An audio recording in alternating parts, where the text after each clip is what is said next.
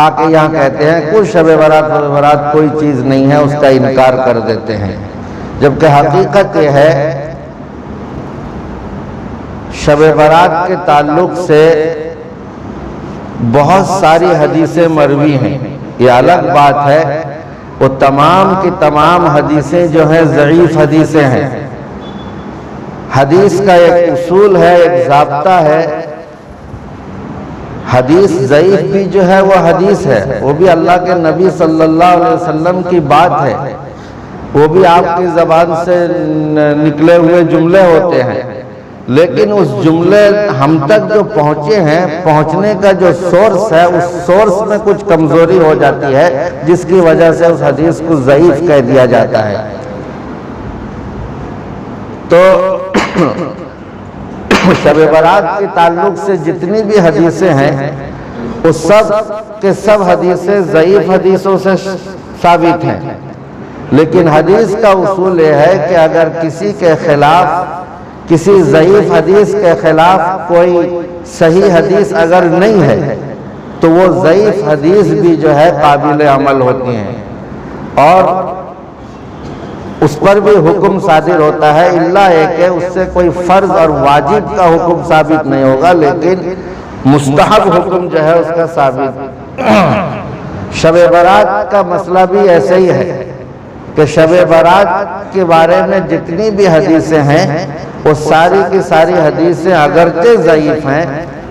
حدیث کا ایک اصول یہ بھی ہے کہ اگر کسی معاملے میں کئی ساری ضعیف حدیث اکٹھے کئی ساری آ جائیں تو پھر اس کے اندر وہ ضعف اور کمزوری باقی نہیں رہتی ہے، وہ بھی پھر مضبوط حکم رکھتا ہے۔ تو شب برات کے تعلق سے کم از کم 11 حدیثیں مروی ہیں اس رات کے تعلق سے، اس کی فضیلت کی تعلق سے۔ تو کچھ لوگ تو اس کا بالکل انکار کر دیتے ہیں اور کچھ لوگ اس کو خرافات وغیرہ کا سبب بنا لیتے ہیں، جبکہ حدیثوں سے پتہ یہ چلتا ہے رات تو بڑی اہمیت والی رات ہے، بڑی فضیلت والی رات ہے، لیکن حدیث میں کسی بھی حدیث کے اندر یہ کہیں نہیں ملتا کہ اس دن پورے مسجد میں کھچاکھچ لوگ بھرے رہیں اور اجتماعی طور پر جو ہے دعائیں ہوتی ہوں، نمازیں پڑھی جاتی ہوں، اور وہاں پر جو ہے اجتماعی طور پر کوئی عمل ہو، ایسا کبھی کسی حدیث کے اندر یہ چیزیں نہیں آئی ہیں۔ لیکن ہمارا یہاں ایک رواج چل گیا ہے، شب برات میں باقاعدہ مسجدیں روشن کی جاتی ہیں اور باقاعدہ شب بیداری کا اہتمام کیا جاتا ہے، جبکہ اللہ کے نبی حضور محمد رسول اللہ صلی اللہ علیہ وسلم کے عمل سے یہ پتہ چلتا ہے کہ اس رات میں اللہ کے نبی صلی اللہ علیہ وسلم نے عبادتیں کی ہیں، آپ کے صحابہ کرام رضوان اللہ تعالی علیہم اجمعین نے بھی اس رات کے اندر